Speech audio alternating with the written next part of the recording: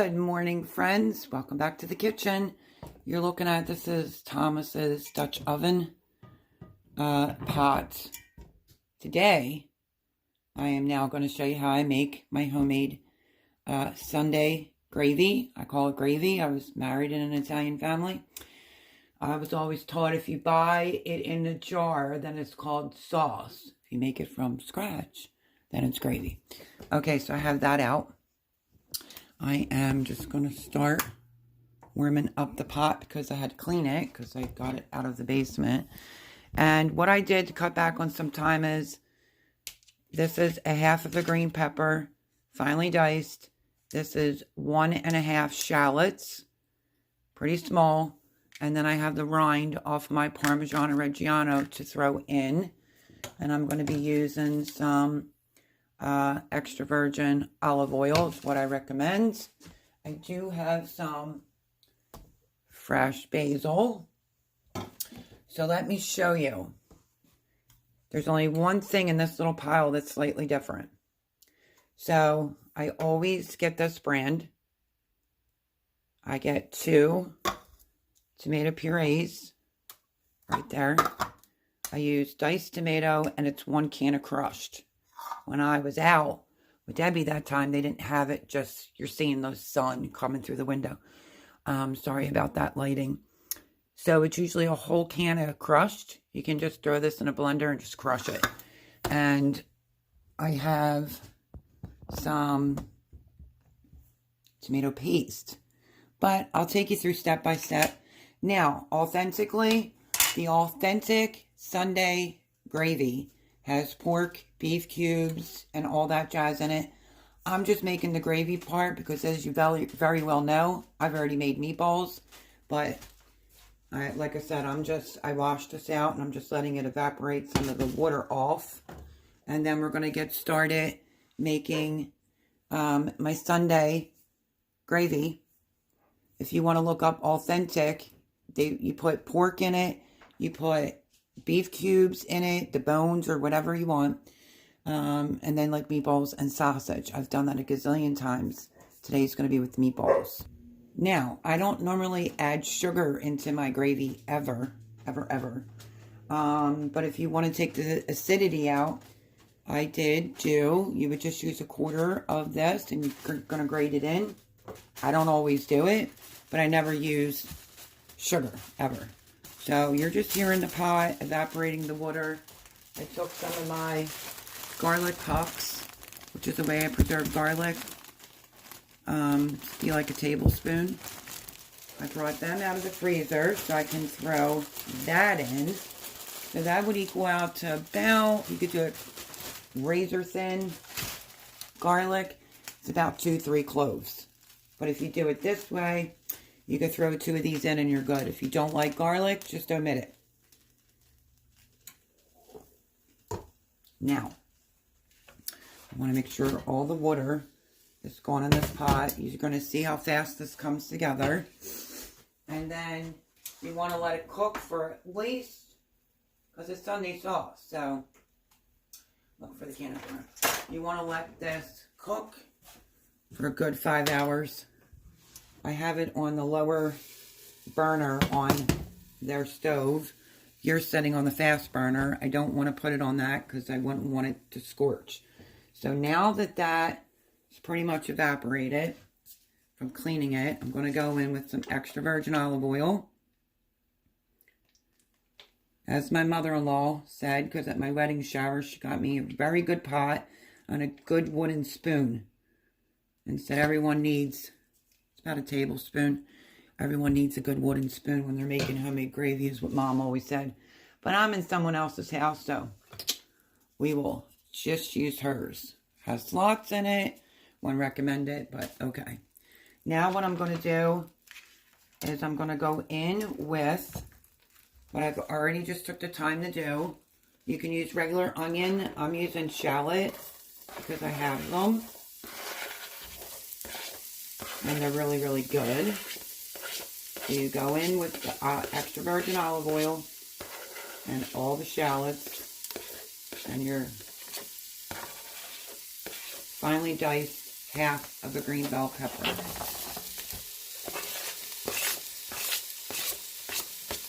that's that. Want to give this a stir.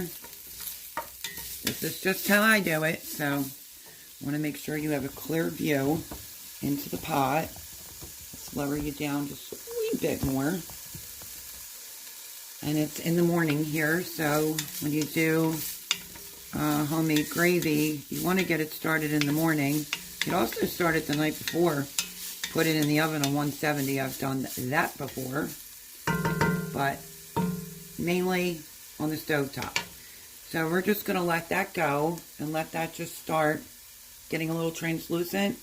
In the meantime, I am going to, I'm not really too concerned about the can. This is crushed and diced, but I'm just telling you that you need a full can of crushed. So, let me get my tomato paste puffs, so I want to use them up.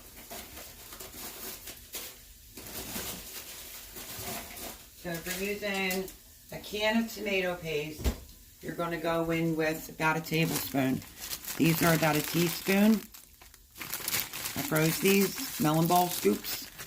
So we have the tomato paste. And what I'm going to start doing is opening up my cans momentarily. I want to turn this up just slightly. And what I'm going to do next is start opening up the cans. If you have a bay leaf, fantastic.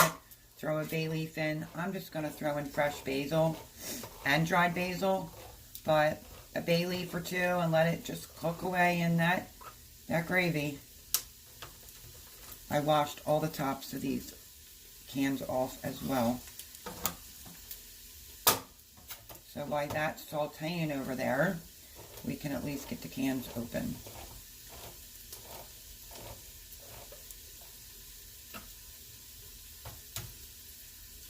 So everybody has their own authentic way of making their gravy. Like I said, pork, beef cubes, you know, little mini pork spare ribs with the bone, the beef bones go in. Yes, it makes the sauce amazing. I'm doing meatballs because I made fresh meatballs. So 2 cans of tomato puree, can of diced, can of crushed.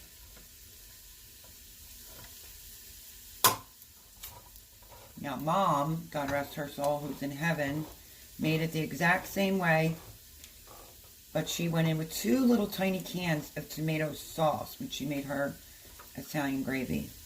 But this is pretty close to it. I have a little bit of sauce from tomatoes that I made, which you'll see that video. It's either before this or after this. I'm going to dump that in as well. That will be like the same thing because I couldn't pressure can a half or a quarter of a jar. So if you hear any noise, it's going to end up being the chickens. Okay, so let's turn you around now. That's what it's starting to look like.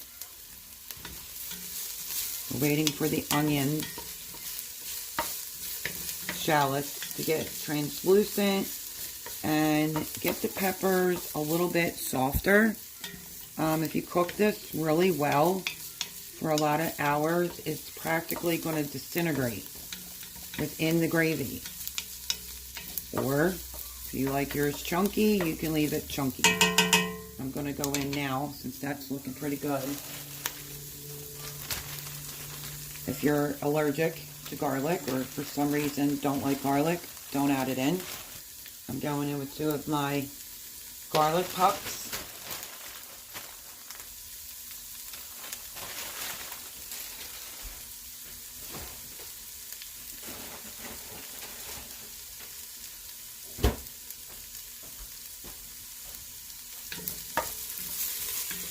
Just going to start getting these to melt down. If you're using fresh, like I said, 2 to 4 garlic cloves. Finely diced. This is like, I mean, it's on my channel. You can take a look. I did this in a food processor. All the fresh garlic. And then scooped it, flash froze it, And it is an amazing way to have garlic on hand so you don't have to constantly keep cutting up garlic for every meal that you're making.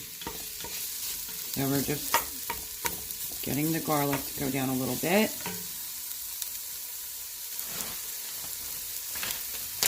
This would be the time where I would put in 2 scoops of tomato paste. Since I did it that way, I'm going to start throwing that in. You want the tomato paste to start cooking in and molding with everything else.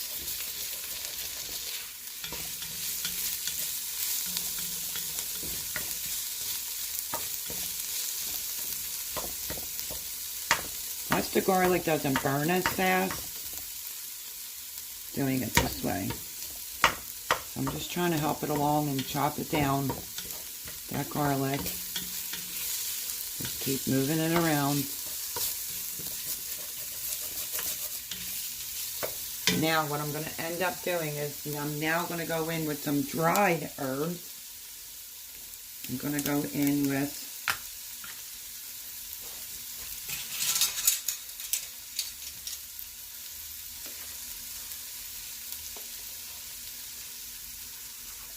half of a tablespoon of bay leaves. If you wanted to have a tiny bit of spice, then go in and add pepper flakes. I'm trying to use up the rest of this. You're going to say, why are you adding more? Because that's just what I do. Half a tablespoon garlic powder.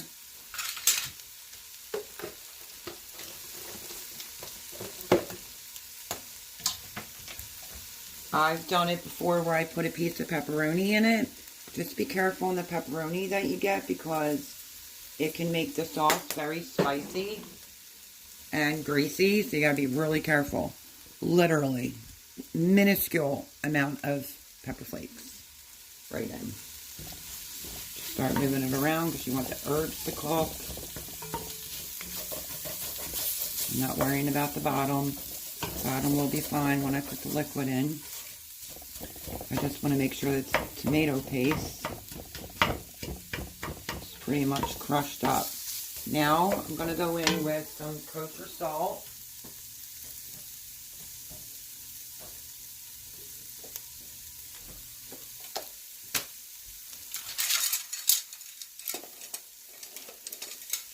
It's going to be a lot of tomatoes, so half of a tablespoon of kosher salt.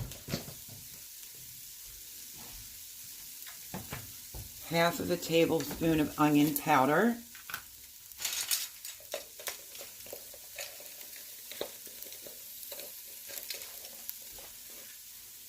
You have to remember it's a lot of tomato ingredients going in, so you want it to have good flavor. And I'm going to go in with half a tablespoon of my dried parsley.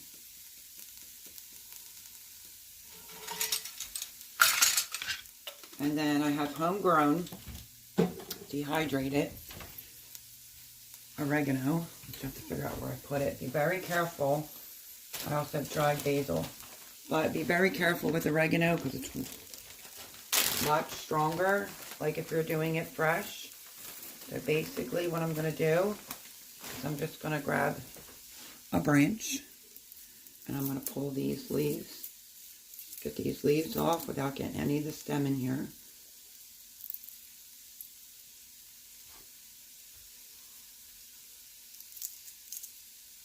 Take your time, especially if you're doing it this way where I didn't pick off the branches.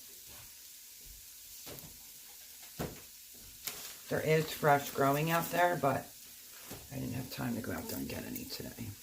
But fresh is a lot stronger, so. I'm going in with about a half a tablespoon of dried oregano. If you're going to use fresh, I would say a teaspoon.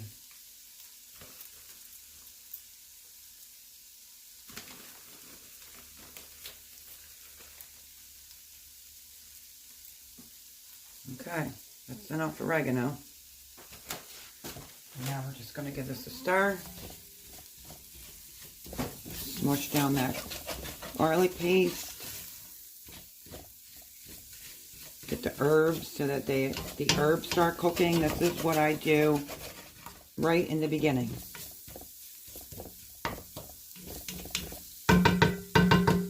Okay, I don't do this all the time. I will do it now. It's just for the acidity, for the for the tomatoes. I'm going to go in with a little bit of finely grated carrot. It'll give it a little bit of sweetness and it'll settle down the acidity in the tomatoes if you're a person that gets heartburn or indigestion.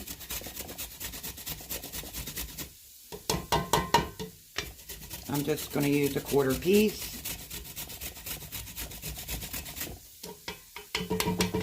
You don't need a lot, just a little.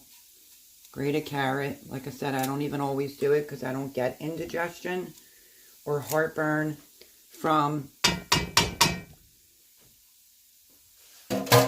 tomato sauce.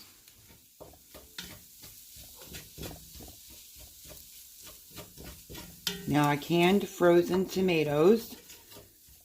Like I said, you'll see that video.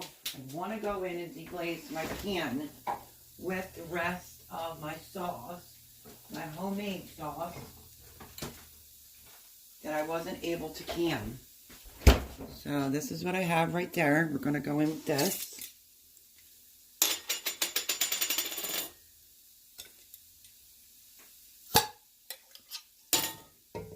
Right on in.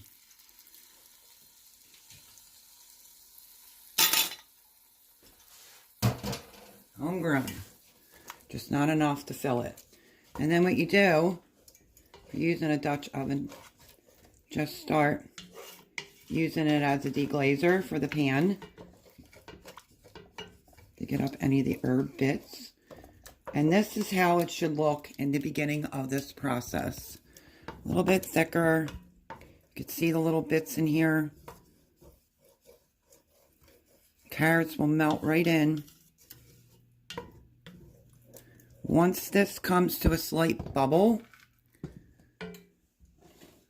don't want it to boil, but just bubble a little bit. Then we're going to go in and start putting everything else in. So far, that's pretty easy.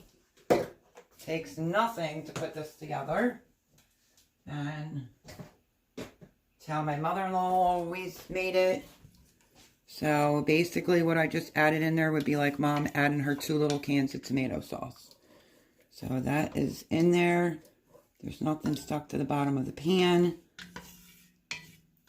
Just want this to heat up a little bit more, and then we'll go in with all the other ingredients. Okay, I am going to go in with the crushed tomatoes.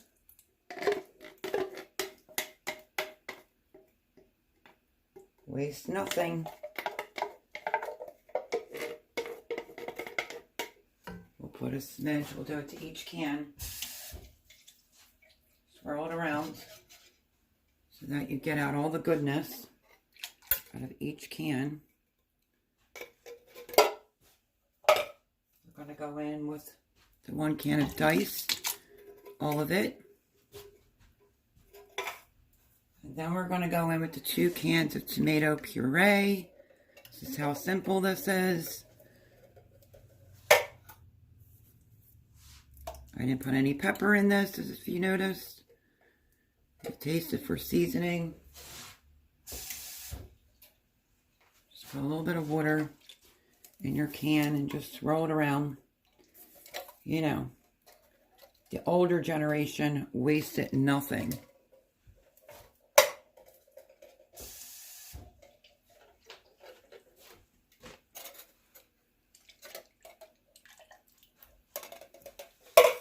Give it a stir, mix it all in. I want to go in with some fresh basil, but it's looking fantastic.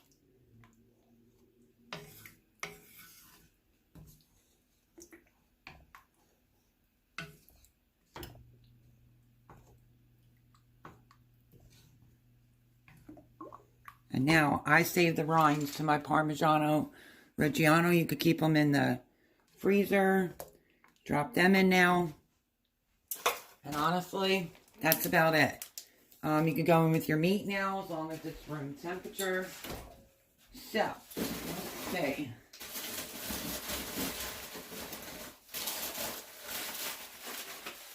The reason why I am not going in with the pork bones and the beef cubes and all that, because this was pre-requested by Laura to show how I make my homemade gravy, which is so easy peasy. When you go to the supermarket, look for a good Italian brand. Unless you have all this coming out of your garden, you could do that too. It's just way easier. Go for an Italian brand that doesn't have any bioengineered stuff in it. Like I said, you could put a little tiny piece of pepperoni in here. You can just leave it as completely just plain Sunday sauce. I'm going to give this a little taste, but I made meatballs because Laura, a subscriber / really, really, really good friend, wanted to see how I made my homemade gravy and how I make my meatballs. And that's why I broke it into 2 recipes. Oh my goodness. It's so good, and it hasn't even started really cooking. Okay, so that's it. And then you have your day, or you get home from church, if you do it early in the morning, or Saturday night, it'll be ready to go for you. Just let it cook for a while. I'm going to just say, minimal 5 hours. So, there she is. Looks good. The carrot won't go to waste because I have Yorkies and they love carrots. I am going to get some fresh basil leaves.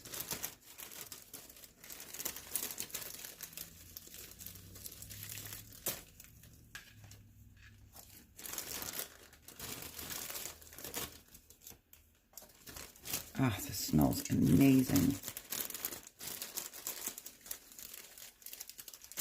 I would say use your best discretion, but I want to say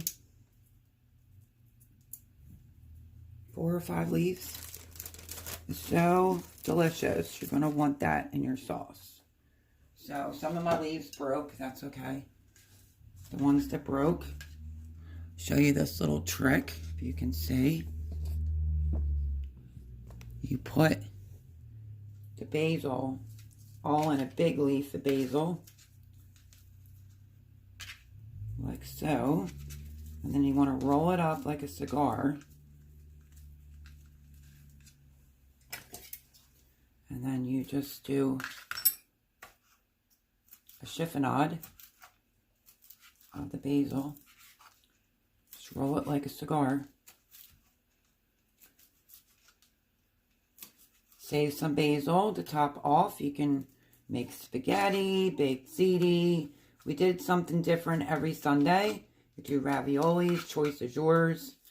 But this is one of the easiest gravies to put together. If you wanted to do the meat, like I said, have the meat out room temperature and put it in all together before the sauce is extremely hot. And I am just sprinkling the basil on the top. I'm getting the rest off of my cutting board. Oh, this basil smells so good. Give it a little mix in, and then you're going to put the lid on it. Depends on your stove. Definitely don't want it to scorch, so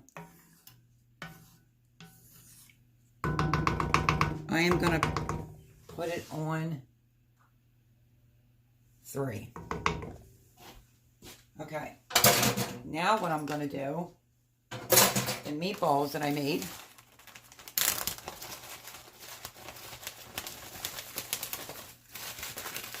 I am not frying them. They're not cooked. I like to go around the outside. If you're making the meatballs right there on the spot. I drop them right into the gravy. My son likes them fried. I ate quite a few of the meatballs when I was making them. Fried a couple up. But I'm just going to go around the pot with some meatballs. Like so. One in the middle. Done. There it is. So those fresh meatballs went right into that. Homemade gravy, which is amazing. This is going to be so good.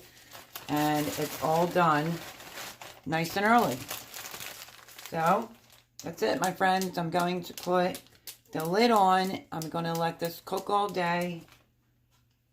I'm just going to push the meatballs down, which you saw that video, which is done with the veal, pork, and ground meat. That's how I make my meatballs. And that's it. We're going to put the lid on this. And we are going to let this cook for 5 hours. And I will bring you back 5 hours when it's done to let you see it. But believe me, delicious. Absolutely amazing. I highly suggest you make Sunday sauce. And you can put the beef, the pork. I chose not to because it's all in my meatballs. Okay. All right. So that's that. It's on low. I'm going to clean up. We're going to let this sauce go low and slow. If you have extra time, you can make focaccia bread, Italian focaccia bread to go alongside of it, or homemade bread and turn it into garlic bread. You can make spaghetti, ravioli, manicotti. You could do whatever you want. You can also use this base for your lasagna. So I'll see you in about 5 hours when it's all done. Okay, everyone, sauce is done. And I'm going to show you how I'm going to plate this up. Normally, I would use a pot with some gravy to mix the spaghetti in. I'm not going to do it that way now because, they're here. But let me give this a stir. Looks amazing. Tastes amazing. There it is. Gorgeous. We're going to plate up some food. Let me just set this lid somewhere for right now. Turn that off. I'm going to turn you around to the plate.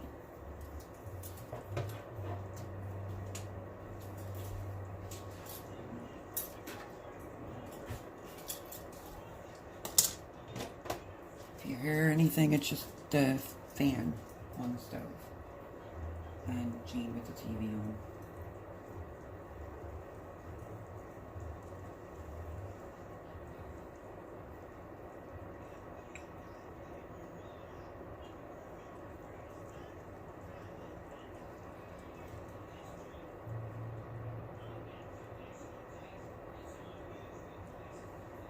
So, I'm going to plate up some. Let's get a ladle. Put some gravy on that pasta.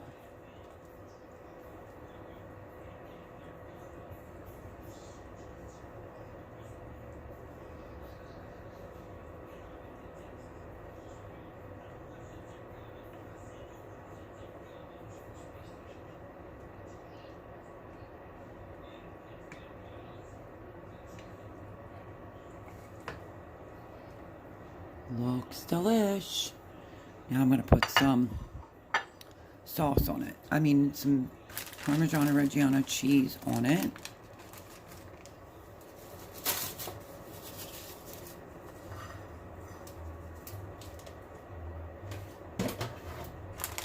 They're getting pizza, and I'm having pasta.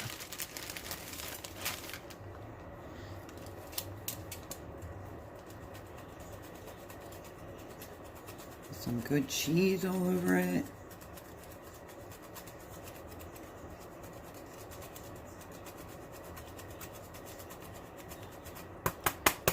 As much as you like.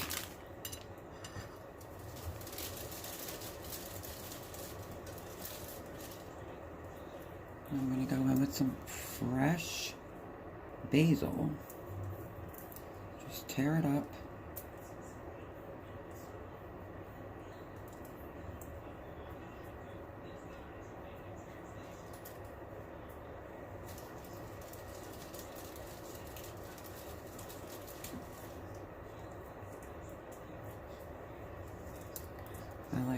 of basil.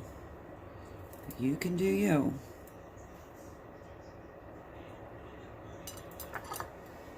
And voila. That is what that looks like. Let me take a taste before it is.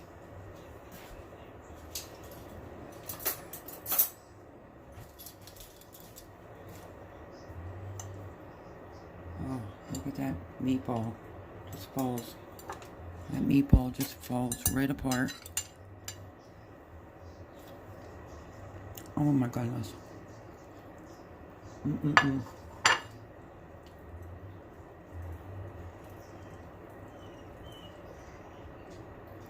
A little bit of the pasta.